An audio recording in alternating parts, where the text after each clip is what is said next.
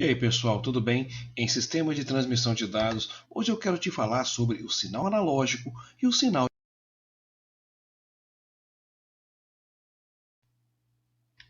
Em telecomunicações e transmissão de dados, as informações são sinais elétricos. Por exemplo, a voz. Quando você fala, nós temos um transdutor ali, por exemplo, um microfone, que vai fazer a captura desse sinal sonoro, transformá-lo, processá-lo num sinal elétrico.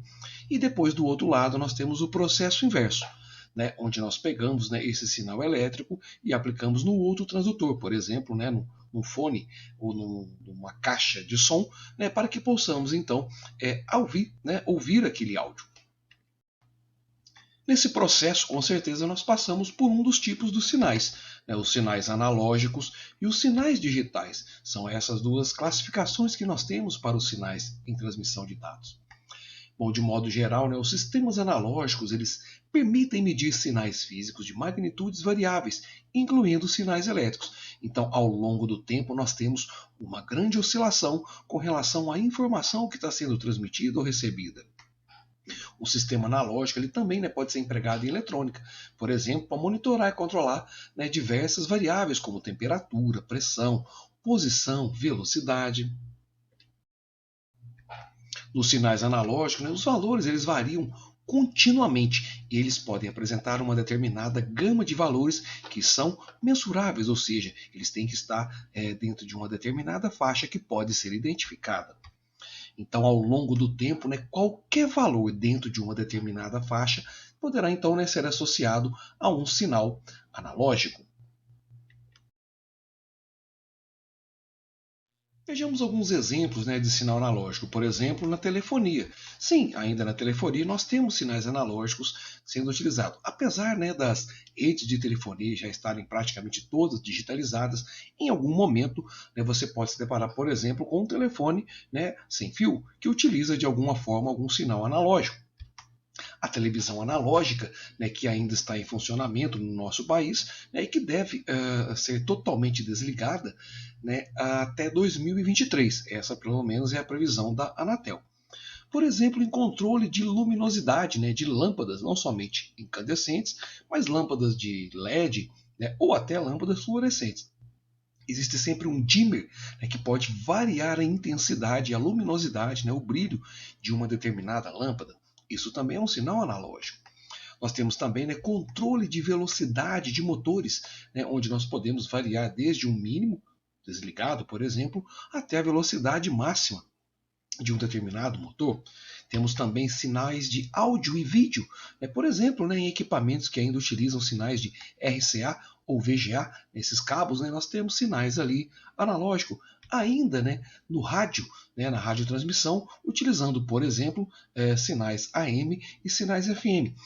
Quando você utiliza um sinal de um rádio pela internet, é uma coisa, mas quando você utiliza diretamente no seu rádio, nós temos ainda, no nosso país gigante como ele é, operadoras de rádio ainda funcionando com sinais analógicos. Os sinais digitais eles operam usando valores discretos, ou seja, por exemplo, os estados on e off, de ligado e desligado, são simbolizados, representando aí valores discretos. Esses estados de on e off normalmente vão estar associados aí e representados pelo sistema binário, através de um conjunto de zeros e uns. O sistema binário está completamente associado aos sinais digitais. Coisa como números, letras, símbolos, códigos, normalmente associado a uma tabela de referência, por exemplo, a tabela ASCII.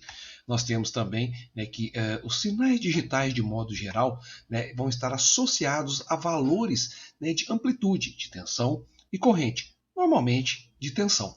Por exemplo, neste caso aqui, nós temos dois tipos de tensão, tensão 0 e tensão aqui de 5 volts. Poderemos associar a 5 volts nível 1, bit 1, e o tensão 0, nível 0, bit 0.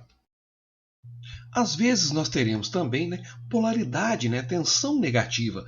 Nem sempre o bit 1 será uma tensão positiva e o bit 0, 0 volts. Às vezes iremos trabalhar também com tensões negativas, por exemplo, de 5 e menos 5. E da mesma forma associaremos valores discretos, valores que vão estar associados a bits e bytes.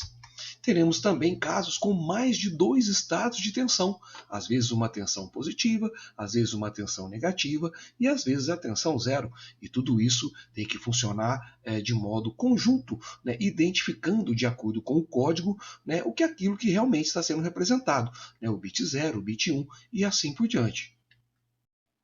Quando olhamos, né, para sinais analógicos, nós percebemos, né, que eles podem ter qualquer valor dentro de uma determinada faixa e que eles são contínuos ao longo do tempo. Já na representação de sinais digitais, as quantidades elas são representadas de modo discreto e por valores não contínuos. E onde encontramos, né, sinais digitais? Bom, no processamento, né, da informação de modo geral.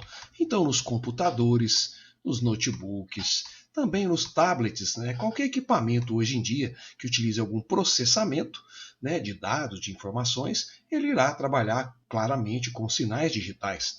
Claro, as calculadoras, né, calculadoras gráficas, calculadoras tradicionais, os smartphones, né, tradicionalmente hoje todos trabalham com o processamento, todos têm de alguma forma a lógica digital embutida, né? Equipamentos de áudio e vídeo, né, que utilizam, por exemplo, né, sinal de HDMI, ou apenas, por exemplo, né, sinais de vídeo, como os cabos do tipo DVI, né, utilizam sinais digitais.